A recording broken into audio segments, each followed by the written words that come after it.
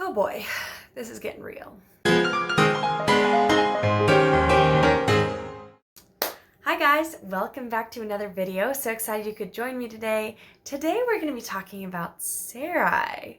So I know in the last videos, if you haven't seen them, oh well, I'm talking about Abram and Sarai at their journey to Canaan from Egypt, Lot, his nephew, all these things that are happening in the Bible currently, all these stories that are going on, and their travels and their life currently.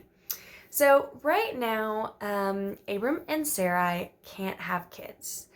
And of course, Sarai and Abram have been promised by God that they will have children.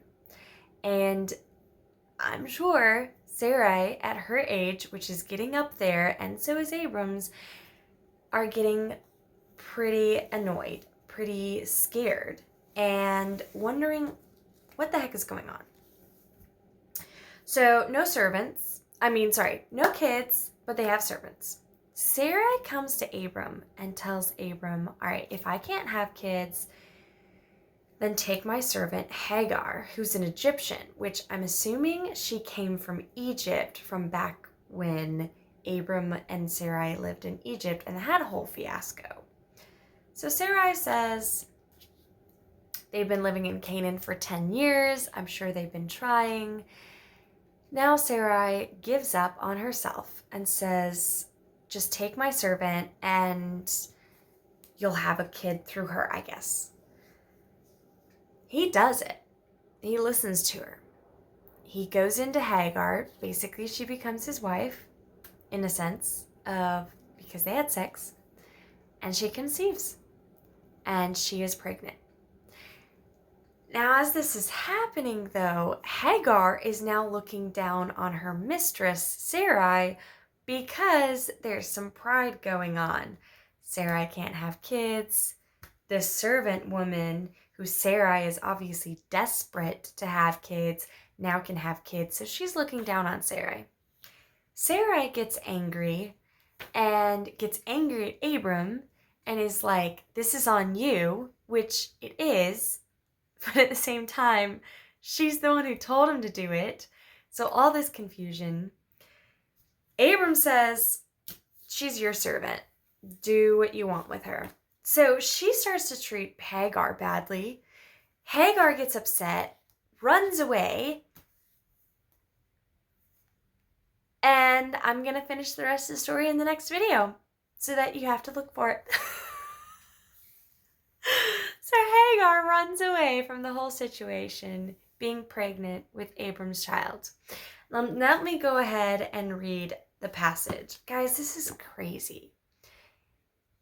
Abram and Sarai have such a crazy life because God has promised them so many amazing things and is telling them. He continues to come to Abram. And you'll see that in the next upcoming video, and you'll see in my previous videos how God has already come to him and told him, I promise you, I'm going to give you children. And Abram's like, when? Sarai is like, when?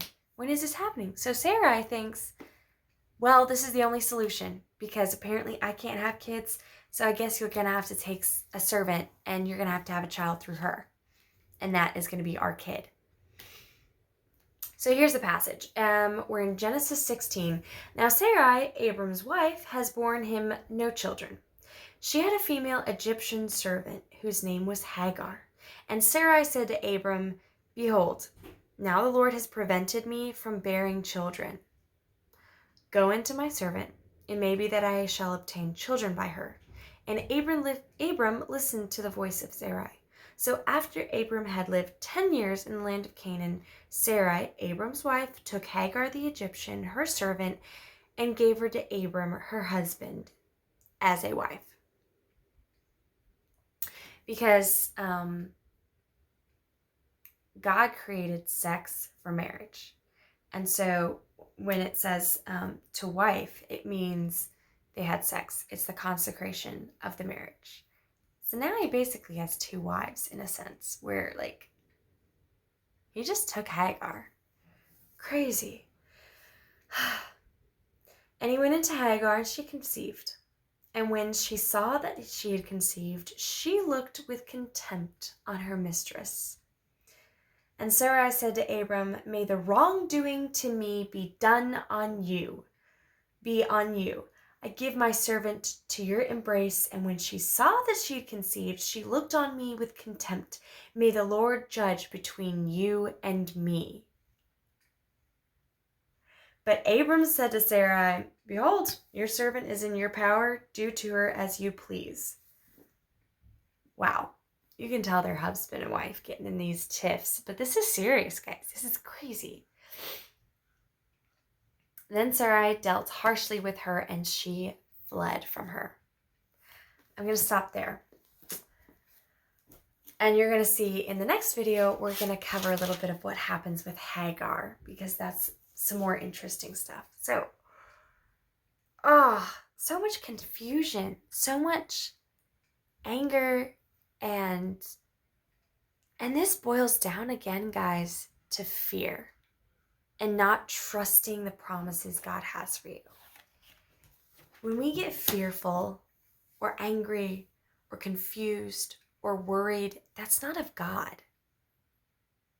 And it causes these chain events that wreaks havoc on things. Now, thankfully, and you'll see in the next video, God still has a plan, and he's still merciful, and he's still just, and he's still gracious to deal with people like Abram and Sarai and people like me, who God promises me things. He promises us a life with him, and yet we still fall short time and time again, and we fall into sin, and we fall into doubts and worry, and God keeps coming back and is like, "Listen, I have promised you.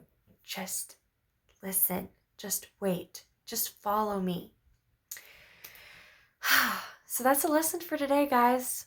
Keep following what God has for you, because at the end of the day, if we lose sight of what God has for us, we're going to just screw things up. So just be patient. Wait on his timing, because he has it all planned out down to a T. But at the same time, God thankfully still works through our messing up and troubles, because he sees all this. He knows what's happening, and he's still able to work through us and in us. And God doesn't say, "Oh, well, I gave you this promise, but you messed up, so never mind. I'm not using you. I'm using somebody else." No, God is like, "I promised you, and I'm going to keep my promise. Even though you're making a mess of things, I still have a plan for you, and I'm going to forgive you, and I'm going to heal you, and I'm going to bring you out of this." Beautiful. Anyway, guys, join me for the next video, because the next video is going to be another interesting one with Hagar and God's promise to Hagar now. Wow, interesting.